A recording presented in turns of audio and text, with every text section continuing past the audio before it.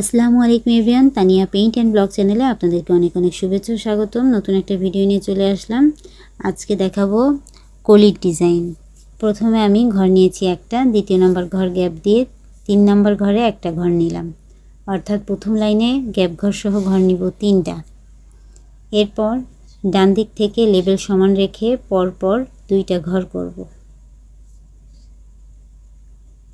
এরপর 3 নম্বর লাইন ডান দিকের ও বাম দিকের লেবেল সমান রেখে ঘর করব মোট 3টা।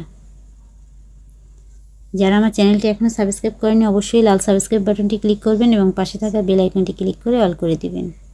এরপর 4 নম্বর ঘরটা গ্যাপ দিয়ে 5 নম্বর ঘরে একটা ঘর নিলাম, মাঝখানে একটা ঘর গ্যাপ দিয়ে আবার একটা ঘর নিলাম।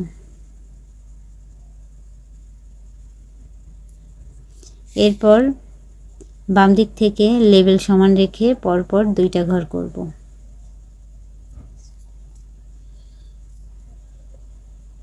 তারপর 3 নম্বর লাইনে বাম দিকের ও ডান দিকের লেবেল সমান রেখে ঘর করব 3টা।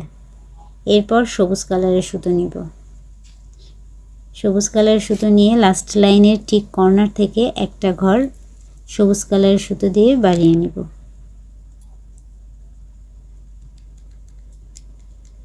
এখানে 3টা ঘর করে নিলাম।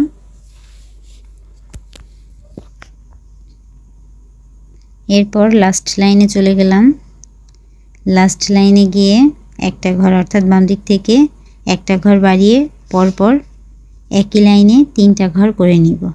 এভাবে পরপর ডালের সাথে কলিগুলো এভাবে হয়ে যাবে। আশা করি ভিডিওটি বুঝতে পারছেন। আর যদি ভালো লেগে থাকে অবশ্যই লাইক কমেন্ট শেয়ার করতে ভুলবেন না। আর অবশ্যই আমার চ্যানেলটি সাবস্ক্রাইব করে দিবেন, পাশে থাকা বেল আইকনটি ক্লিক করে অল করে দিবেন, যাতে নতুন নতুন ভিডিও ছাড়ার সাথে সাথে আপনারা সেই ভিডিওগুলো পেয়ে যান।